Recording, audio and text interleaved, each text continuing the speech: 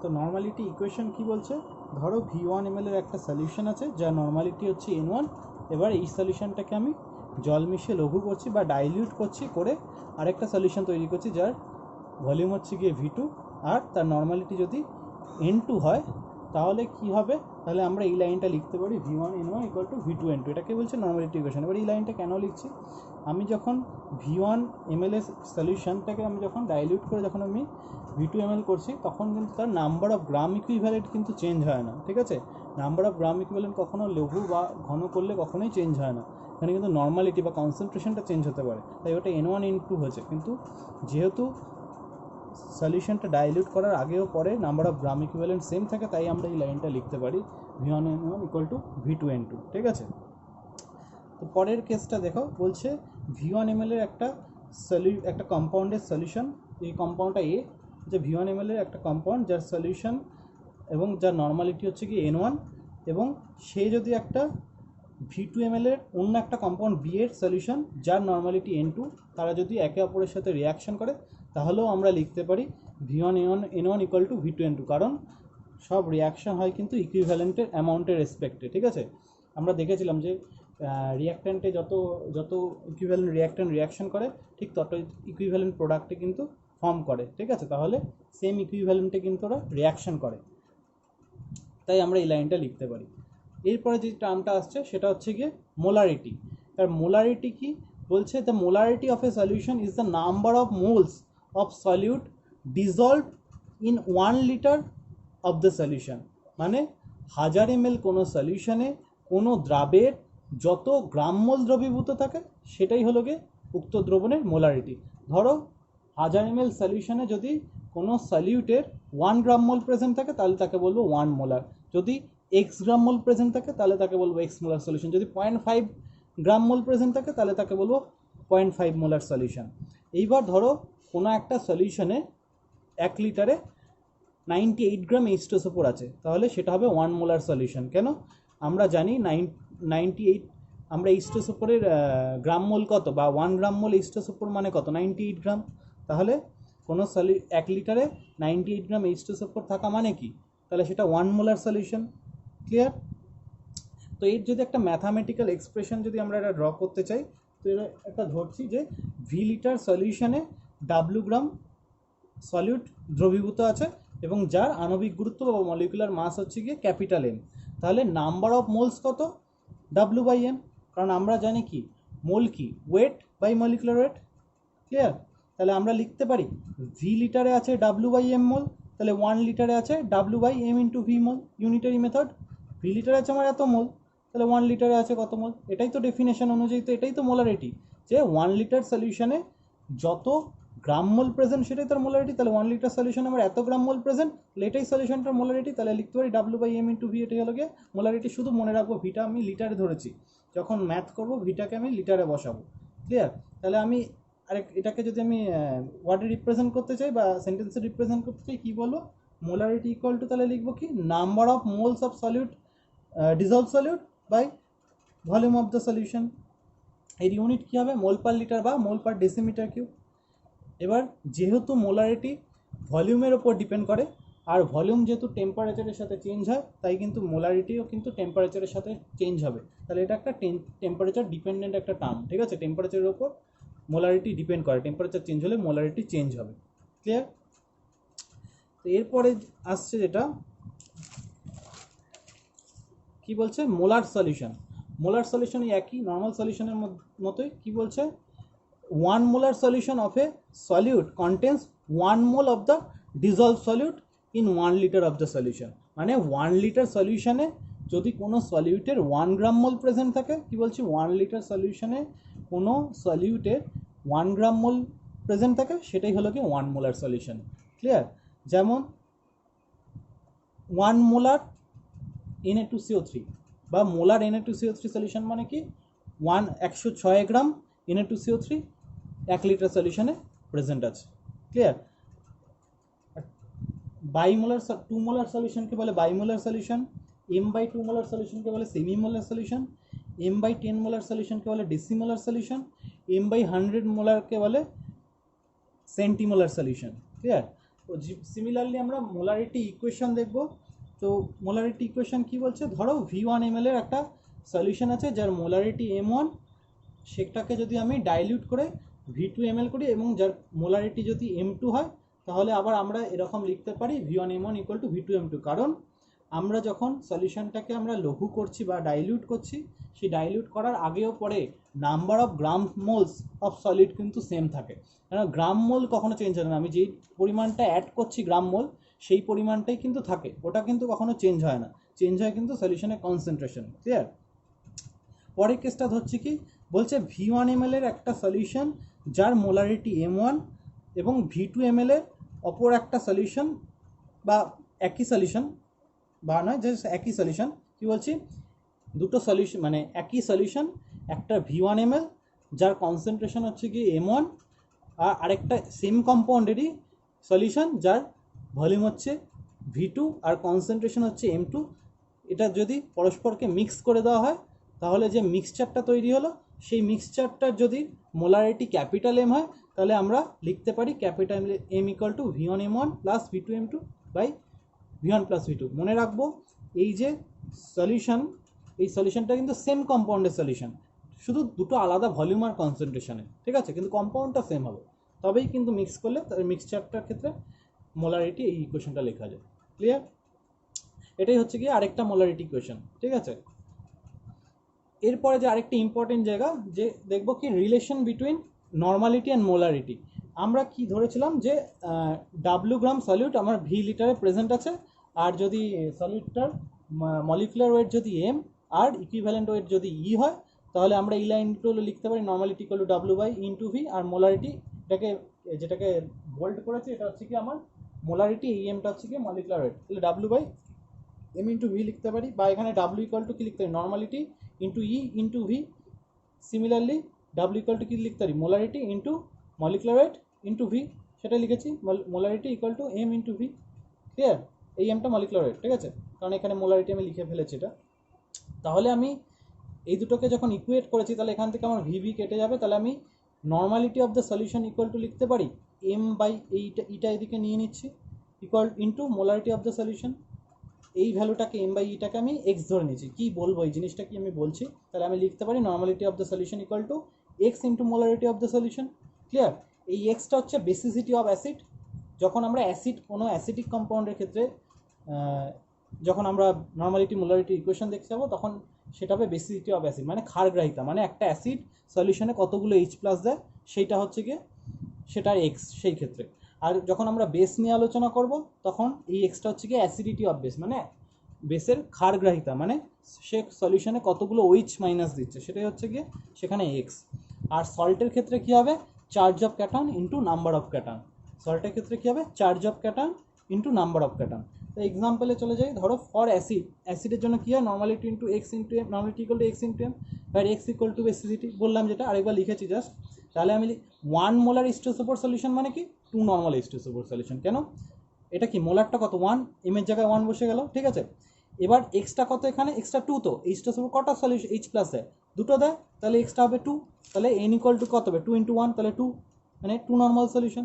Similarly 1 molar H3PO4 এর ক্ষেত্রে 3 normal H3PO4, 1 molar HCl হবে 1 নর্মাল HCl, কারণ এর ক্ষেত্রে কি হয় একটাই H প্লাস দেয় আর এর ক্ষেত্রে 3টে H প্লাস দেয়, তাই এটা এখানে 1 বসালাম, মোলারিটিতে 1 আর 3টে H প্লাস বলে 3, তাহলে নর্মালিটিতে হবে 3, তাহলে 1 molar H3PO4 equal to 3 normal H3PO4। Similarly for বেসে normality equal to X into M, where X equal to acidity.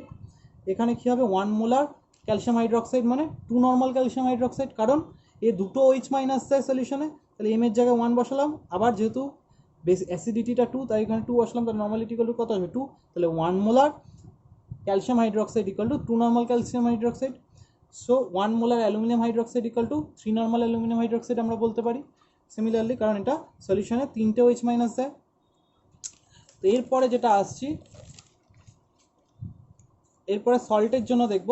সল্টের জন্য কি হয়, সল্টের জন্য এক্সটা হলো charge into charge of cation into number of cation, তাহলে 1 molar L2SO4 3 minus equal to 6 normal aluminium sulphate solution, কারণ aluminium sulphate dissociate হয় কি দেয় 2L3 প্লাস 3SO4 2 মাইনাস, তাহলে নাম্বার অফ ক্যাটন কত 2, চার্জ অফ ক্যাটন 3, তাহলে 2 × 3 6, তাহলে এখানে 6 কী হবে, এই জায়গায় এক্সের জায়গায় 6 বসবে, আর এমটা 1, তাহলে এমটা কত 6, তাহলে এটা 1 molar equal to 6 number. Similarly 1 molar ferrous sulphate equal to 2 normal ferrous sulphate, কারণ এখানে 1 × 2। ক্লিয়ার? এরপরে যে টার্মটা আসছে আমরা জানবো সেটা হচ্ছে গিয়ে মোলালিটি। তো মোলালিটি কাকে বলছে? বলছে the molality of a solution is defined as the number of gram moles of solute dissolved in 100 gram of the solvent. এইটা একটু ডিফারেন্ট, এতক্ষণ যা পড়ছিলাম সব পড়ছিলাম কি 100 ml অফ দ্য সলিউশন, এটা 100 গ্রাম অফ দ্য সলভেন্ট। তার মানে কি 100 গ্রাম কোনো সলভেন্টে, কোনো সলিউটের যত গ্রাম মোল প্রেজেন্ট সেটাই হচ্ছে গিয়ে তার মোলালিটি। আরেকবার বলছি, কি বলছি, 1000 গ্রাম কোনো সলভেন্টে, কোনো সলিউটের যত গ্রাম মোল প্রেজেন্ট সেটাই হচ্ছে গিয়ে তার মোলালিটি। ক্লিয়ার? শুধু আগেরগুলো কী ছিল, 1000 ml সলিউশনে, এটা 1000 গ্রাম সলভেন্টে। ঠিক আছে, তাহলে 1000 গ্রাম সলভেন্টে কোনো সলিউটের যত গ্রাম মোল প্রেজেন্ট সেটাই হলো গিয়ে তার মোলালিটি। তাহলে এক্সাম্পল যদি আমি দেখি, ধরো 1000 গ্রাম সলভেন্টে 40 গ্রাম NaOH আছে। 40 গ্রাম NaOH মানে কি, ওটা 1 গ্রাম মোল, তাহলে তার মোলালিটি কত হবে, 1 মোলাল সলিউশন। ক্লিয়ার? তাহলে ইউনিট কী হবে, মোল পার কেজি। মোলাল সলিউশন মানে বেসিক্যালি বোঝায় 1 মোলালকে, সেমি মোলাল মানে m/2 বোঝায়। এটাকে স্মল m দিয়ে ডিনোট করা হয়, মোলারিটিকে ক্যাপিটাল M দিয়ে ডিনোট করা হয়, নর্মালিটিকে ক্যাপিটাল N দিয়ে ডিনোট করা হয়। তো ডেসিমোলাল সলিউশন মানে স্মল m/10, সেন্টিমোলাল মানে সিমিলারলি m/100। তো এরপরে যেটা আসছে মোলাল সলিউশন, যেটা বললাম যে 1000 ml সলিউশনে যদি কোনো সলভেন্টের 1 গ্রাম মোল প্রেজেন্ট থাকে সেটাই তার মোলাল সলিউশন। কি বলছি, 1000 ml কোনো সলভেন্টে, কোনো সলিউটে যদি 1 গ্রাম মোল প্রেজেন্ট থাকে সেটাই তার মোলাল সলিউশন। এর যদি একটা ম্যাথামেটিক্যাল এক্সপ্রেশন আমরা দেখতে চাই, ধরো আমি ধরছি W1 গ্রাম সলিউশনে W2 গ্রাম সলিউট আছে। W1 গ্রাম কোনো সলিউশনে W2 গ্রাম সলিউট আছে, তাহলে সলভেন্ট কত, W1 - W2, কারণ আমার সলিউশন ইকুয়াল টু কি, solution equal to solvent plus solute. Clear? তাহলে আমি বলতে পারি W1 - W2 gram of solvent contains W2 gram of the solute, তাই তো বলতে পারি। তাহলে W1 - W2 গ্রামে আমার এত গ্রাম সলিউট আছে W2, তাহলে কত গ্রাম মোল আছে, তাহলে নাও W2 gram equal to W2/m গ্রাম মোল, আমি এটাকে গ্রাম মোলে নিয়ে গেলাম। তাহলে আমি লিখতে পারি যে W1 - W2 গ্রাম সলভেন্টে আমার সলিউট আছে W2/m মোল, তাহলে 1000 গ্রাম সলভেন্টে আছে আমার এত মোল। তাহলে আমরা বাই ডেফিনেশন কি জানি, 1000 গ্রাম সলভেন্টে যত গ্রাম মোল প্রেজেন্ট থাকে সেটাই তার মোলালিটি। ক্লিয়ার? তাহলে আমি লিখতে পারি molality of the solution equal two 1000 into W2/W1 - W2 into m। এখানে W2টা কি, মাস অফ দ্য সলিউট, এটা ইন্টু 1000 বাই এই এমটা কি গ্রাম মলিকুলার মাস, আর W1 - W2টা কি মাস অফ দ্য সলভেন্ট। ক্লিয়ার? আর এটা একটা টেম্পারেচার ইন্ডিপেন্ডেন্ট একটা টার্ম, কারণ এখানে কিন্তু কোনো ভলিউম টার্ম নেই, এখানে কিন্তু সব আমরা গ্রাম নিয়ে বলছি। এবার ওয়েট কিন্তু টেম্পারেচার ডিপেন্ডেন্ট নয়, তাই মোলালিটিও কিন্তু টেম্পারেচার একটা ইন্ডিপেন্ডেন্ট টার্ম, মানে টেম্পারেচার বাড়ালে বা কমালে কিন্তু মোলালিটি অফ দ্য সলিউশন কিন্তু চেঞ্জ হবে না। এরপরে আরেকটা ভালো একটা ইম্পর্টেন্ট জায়গা, যে কী বলছে, একটা ডিফারেন্স জানতে চাই যে মোলার সলিউশন আর মোলাল সলিউশনের ডিফারেন্স, বেসিক ডিফারেন্স। তো আমরা প্রথমে ডেফিনেশন বলবো। ডেফিনেশন কি, 1000 ml কোনো সলিউশনে, কোনো সলিউটে যদি 1 গ্রাম মোল প্রেজেন্ট থাকে সেটা মোলার সলিউশন, আর 1000 গ্রাম সলভেন্টে যদি কোনো সলিউটের 1 গ্রাম মোল প্রেজেন্ট থাকে তাহলে সেটা মোলাল সলিউশন। ক্লিয়ার? আর কি বলতে পারি, আর বলতে পারি কি, এটা একটা যে মোলার সলিউশন একটা টেম্পারেচার ডিপেন্ডেন্ট টার্ম, মানে টেম্পারেচার ভ্যারি করলে ভ্যারি করবে, আর এটা একটা temperature independent term, temperature vary করলে মোলালিটি ভ্যারি করবে না, মোলালিটি ভ্যারি করবে না। তাহলে এবার যে মেন পয়েন্ট সেটা হচ্ছে 2 নম্বর পয়েন্ট, সেটা আমি বলছি যে এখানে এটা কি 2 নম্বর পয়েন্ট হচ্ছে কি, কীভাবে আমরা মোলাল সলিউশন বা মোলার সলিউশন প্রিপেয়ার করব। তো মোলার সলিউশন কীভাবে প্রিপেয়ার করা হয়, ধরো একটা বিকার নিয়েছি, তার মধ্যে আমি 1 মোলার সলিউশন বানাবো। তাহলে কি করব, ধরো আমার টোটাল যে সলিউশনের ভলিউম কী হয় 1000 ml, তাহলে আমি ধরো কিছুটা সে 400-500 ml নিয়ে তার মধ্যে 1 গ্রাম মোল দিলাম, দিয়ে সেটাকে 1000 ml অবধি আমি পূরণ করব। ঠিক আছে, 1000 ml বেশি না, পুরো আপ টু 1000 ml দেবো, দিয়ে যেই সলিউশনটা পাবো সেটাই হচ্ছে গিয়ে কিন্তু আমার মোলার সলিউশন বা 1 মোলার সলিউশন। আর মোলার সলিউশন কীভাবে প্রিপেয়ার করা হয়? মোলার সলিউশনকে প্রিপেয়ার করতে গেলে আমরা কি জানি, 1000 গ্রাম সলভেন্টে যদি 1 গ্রাম মোল প্রেজেন্ট থাকে তাহলে সেটাই হচ্ছে কি আমার মোলার সলিউশন, তাই তো আমরা জানি। তাহলে কি করে করা হয়? ধরো একটা 1 গ্রাম মোল 1 মোলার সলিউশন প্রিপেয়ার করতে দিচ্ছি, আমি কি করব, আমি একটা বিকার নেবো, বিকারের মধ্যে একদম 1 কেজি সলভেন্ট আর 1 গ্রাম মোল সলিউট অ্যাড করব, অ্যাড করে কিন্তু আমি 1 মোলার সলিউশন তৈরি করব। তো এই ক্ষেত্রে কিন্তু ভলিউম কিন্তু একটা জিনিসের ওপর ডিপেন্ড করে, যে কিসের ওপর ডিপেন্ড করবে, যে যে সলভেন্টটা আমি ইউজ করলাম তার বা সলিউশনটা হলো তার ডেনসিটির ওপরে কিন্তু ডিপেন্ড করবে। যদি ডেনসিটিটা 1-এর বেশি হয় তাহলে কিন্তু এই যে সলিউশনের ভলিউম সেটা 1000-এর কম হবে, আর যদি ডেনসিটিটা যদি 1-এর কম হয় তাহলে কিন্তু সলিউশনের ভলিউমটা কিন্তু 1000-এর বেশি হবে। ঠিক আছে, তাহলে কিন্তু 1 মোলার সলিউশন আর 1 মোলার সলিউশন কিন্তু সেম নয়। ক্লিয়ার? এরপরে যে টার্মটা আসছে ফর্মালিটি। ফর্মালিটি কি বলছে? It is defined as the number of gram formula mass of the dissolve solute present per litre of the solution. মানে 1 লিটার সলিউশনে কোনো দ্রাবের যত গ্রাম ফর্মুলা মাস প্রেজেন্ট সেটাই হচ্ছে কি তার ফর্মালিটি। কি বলছি? 1000 ml সলিউশনে কোনো সলিউটের যত গ্রাম ফর্মুলা মাস প্রেজেন্ট সেটাই হচ্ছে কি তার ফর্মালিটি। আমরা ফর্মুলা মাস আগে দেখেছি যে কোনো কম্পাউন্ডের ক্ষেত্রে তার ফর্মুলাতে যে এলিমেন্ট আছে সেই এলিমেন্টগুলোর অ্যাটমিক মাসের যোগফলই হচ্ছে কি ফর্মুলা মাস। মেনলি আয়নিক কম্পাউন্ডের ক্ষেত্রে ফর্মুলা মাস দেখা হয়, তাই তো? তাহলে আমি ধরছি 1 লিটার সলিউশনে, 1 লিটার ম্যাগনেসিয়াম ক্লোরাইড সলিউশনে যদি 190 গ্রাম ম্যাগনেসিয়াম ক্লোরাইড থাকে তাহলে সেটা হচ্ছে গিয়ে 2 ফর্মাল সলিউশন। কারণ ম্যাগনেসিয়াম ক্লোরাইডের ফর্মুলা মাস হচ্ছে গিয়ে 95। ম্যাগনেসিয়াম ক্লোরাইডের ফর্মুলা মাস যদি 95 হয়, গ্রাম ফর্মুলা মাস কত? 190/95, তাহলে কত হবে? 2 গ্রাম ফর্মুলা মাস 2, তাহলে 1 লিটার সলিউশনে 2 গ্রাম ফর্মুলা মাস আছে মানে 2 ফর্মাল। এরপর দেখো ফর্মাল সলিউশন। ফর্মাল সলিউশন ওই আগেরগুলোর মতোই, কি 1000 ml কোনো সলিউশনে কোনো সলিউটে যদি 1 গ্রাম মোল প্রেজেন্ট থাকে সেটাই হচ্ছে কি ফর্মাল সলিউশন। যদি ধরো 1 লিটার সলিউশনে 111 গ্রাম ক্যালসিয়াম ক্লোরাইড যদি প্রেজেন্ট থাকে তাহলে সেটা হবে 1 ফর্মাল সলিউশন, কারণ 111 gram calcium chloride equal to 1 gram formula mass of calcium chloride. Clear? আর এটা একটা টেম্পারেচার ডিপেন্ডেন্ট টার্ম, কারণ এখানে ভলিউমের উপর ডিপেন্ড করে আর ভলিউম টেম্পারেচারের উপর ডিপেন্ড করে, তাই এটা একটা টেম্পারেচার ডিপেন্ডেন্ট টার্ম। যদি টেম্পারেচার চেঞ্জ করি ফর্মালিটি চেঞ্জ হবে, টেম্পারেচার চেঞ্জ না করলে ফর্মালিটি চেঞ্জ হবে না। ক্লিয়ার?